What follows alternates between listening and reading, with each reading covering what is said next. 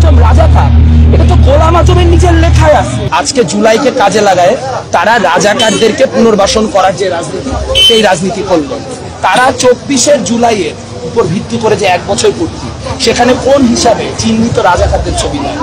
দেলোয়ার হোসেন সাইদি, কাদের মোল্লা, এরা কি 24শে গণ অভ্যুত্থান করছে? এরা কি 40শে গণ অভ্যুত্থানের শহীদ? তাহলে আপনি একই ঘটনার মধ্যে দিয়ে 71-এর যে শহীদ তাদেরকে তো কলঙ্কিত করলেন, আপনি 24শে যে শহীদ সেই শহীদদেরও কলঙ্কিত করলেন। 24শে শহীদ তো মুগ্ধ, 24শে শহীদ তো শাকিল, 24শে শহীদ তো রিজভিও, তারা তো কেউ এই জিনিসের পারমিশন দেওয়া যায় না। আমরা কিন্তু রাজাকারদের প্রশ্নে, স্বাধীনতা বিরোধীদের প্রশ্নে এই গত 11 মাসে কোথাও 1 ফোঁটা ভায়োলেন্ট আচরণ করি নাই, কিন্তু আমরা দেখতে পাইছি রাজশাহীতে, চট্টগ্রামে, যেখানে তাদের সামান্যতম ক্ষমতা আছে সেই সব জায়গাতেই তারা মুক্তিযুদ্ধপন্থী শিক্ষার্থীদের উপরে কি ধরনের বর্বরচিত আক্রমণ করছে। আপনারা দেখতে পাইছেন গণতান্ত্রিক ছাত্র জোটের মিছিলে তারা একাধিক জায়গায় আক্রমণ করছে। আজকেও আপনারা দেখতে পাবেন যে তারা কি পরিমাণ মারমুখী এবং উদ্ধত অবস্থায় এখানে দাঁড়ানো আছে। তাহলে আমাদেরকে যে আপনারা বারবার করে বলেন জুলাইয়ের ঐক্য রাখতে হবে, জুলাইয়ের ঐক্য রাখতে হবে, আমার বাপ দাদারে যে খুন করছে, আমার মা নানীদের যে ধর্ষণ করছে, তার সাথে আমার কিসের ঐক্য ভাই? কিভাবে সে ঐক্য? তাহলে আজকে যখন আমরা এখানে দাঁড়াই, বিশ্ববিদ্যালয় প্রশাসনকে খুব স্পষ্ট একটা বার্তা দিতে চাই, সেটা হচ্ছে তারা যে ছাত্র শিবিরকে আবার রিইনকর্পোরেট করছে, এটা তারা কোনো প্রক্রিয়ার মধ্য দিয়ে করে নাই। লিয়াজো কমিটি একটা মিটিং করছে ছাত্র সংগঠনগুলির সাথে, সেখানে তারা বলছে যে এই 2টা সংগঠনকে 90-এর সামাজিক চুক্তি অনুযায়ী বা মানে আমাদের যে ছাত্র সমাজ সেখান থেকে বাইরে রাখা হয়েছিল, এরশাদের সংগঠন ছাত্র সমাজ এবং ছাত্র ইসলামিক ছাত্র শিবির, তাদের বিষয়ে কি সিদ্ধান্ত হবে সেই সিদ্ধান্ত তারা পরবর্তী মিটিংগুলিতে নেবে। কিন্তু আমরা দেখলাম যে লিয়াজো কমিটি ডিসলভ হয়ে গেল।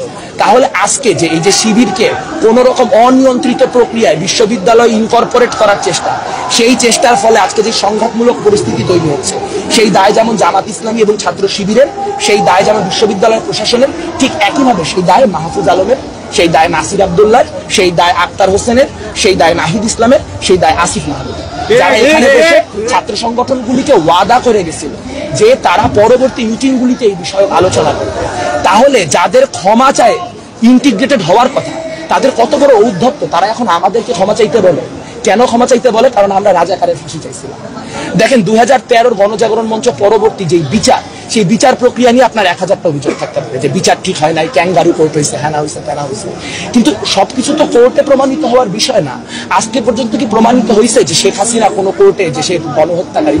কিন্তু আপনার কাছে যদি আইসা কেউ বলে যে শেখ হাসিনা গণহত্যাকারী না, কারণ তার কোর্টে প্রমাণিত হয় নাই, তাহলে আপনার তার কলিজাটা টাঙিয়ে ছিঁড়ে ফেলতে ইচ্ছা করবে না? ঠিক আছে না, আমি কি বলছি কথাটা আগে শুনেন, আপনি কথাটা আগে শুনেন, আপনি কথাটা আগে শুনেন। যদি কেউ এই কথা বলে তাহলে আপনার তার কলিজাটা টাইনে ছিঁড়ে নিতে ইচ্ছা করবে না? ঠিক একইভাবে যদি কেউ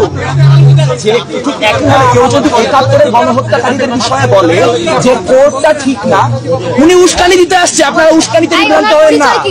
উনি উস্কানি দিতে আসছে, উস্কানি দাতাদের কাছে রাজাকার ছাড়া। তো এখন একইভাবে যদি কেউ রাজাকারের ক্ষেত্রেও একই জিনিস করে, তাহলে সেই জিনিসটা তো একই রকম ভয়াবহ। 30 লক্ষ মানুষের রক্তের দাগ তাদের হাতে নাই। 71 দেখিনি 24 দেখেছি, কথাটার মানে কি? তার মানে 24 আমি 71 দ্বারা অনুপ্রাণিত হয়েছি। একটা কথা স্পষ্ট করে বলি, আমি যে এলাকায় থাকি মোহাম্মদপুর, সেখানে স্কুলের যে দেয়াল, সেই দেয়ালের পাশে লেখা আছে যে জুলাই কি বর্ষাকালেই তো যুদ্ধ, বর্ষাকালেই তো যুদ্ধ মানে বুঝছেন, মানে মনসুন রেভলিউশন, মানে শ্রাবণ বিদ্রোহ। আর এই লাইনটা কোত্থেকে নেওয়া? আখতারুজ্জামান ইলিয়াসের একটা গল্প আছে রেইনকোট, সেখানে বলা হচ্ছে যে ঘাতক দালালদেরকে কিভাবে আমরা বর্ষাকালে কুপকাত করছিলাম। তার মানে যেই ছেলেটা লিখতেছে সেই ছেলেটা তো 71 দেখেই 24 অনুপ্রাণিত হয়েছে, সে তো 52 দেখেই 24 অনুপ্রাণিত হয়েছে।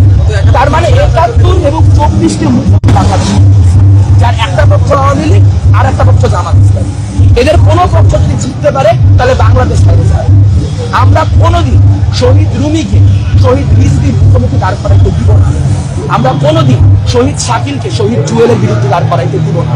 এবং সেই জন্য ওদের জমায়েত আছে, তো ওরা যদি ভাই এখানে আইসে আমাদের পিডায় মাইরাও ফেলে, কি যায় আসে? আমরা তো এই জিনিস জানলেই বড় হয়েছে, আমরা তো রুমির গল্প পড়েই বড় হয়েছে। আজকে রুমিকে আপনি রাজাকার বলার চেষ্টা করতেছেন, আজকে আপনি মুক্তিযুদ্ধকে ক্রমাগত হ্যাম্পার করার চেষ্টা করতেছেন, মুক্তিযুদ্ধকে একটা ডিলেজিটিমাইজ করার চেষ্টা করতেছেন। এই রাজনীতি করে কি এরা টিকতে পারবে বাংলাদেশে? এই যে সংঘাতের চেষ্টা, আমরা স্পষ্টভাবে বলতে চাই যে আমরা কোনো উস্কানিতে পারবো না। আপনারা একটু আগে দেখে গেলেন তারা উস্কানিতে। আমি কি বলছি? আমি বলছি যে যদি যেহেতু কোর্টে প্রমাণিত হয় নাই শেখ হাসিনা, আপনার আপনার গণহত্যাকারী, তাই বলে কি শেখ হাসিনা গণহত্যাকারী? এই কথাটা যদি আমি অস্বীকার করি, আপনি আমার হাসিনার দালাল বলবেন না? ঠিক একই চুক্তিতে কোর্টে কি প্রমাণিত হয়েছে না হয়েছে সেটা অন্য হিসাব। গোলাম আজম রাজাকার, এটা তো গোলাম আজমের নিজের লেখায় আছে। আপনি এদের লেখা করেন না, এদের অবস্থা কি? তাহলে পূর্ব পাকিস্তান পুনরুদ্ধার কমিটির কাছে আজকে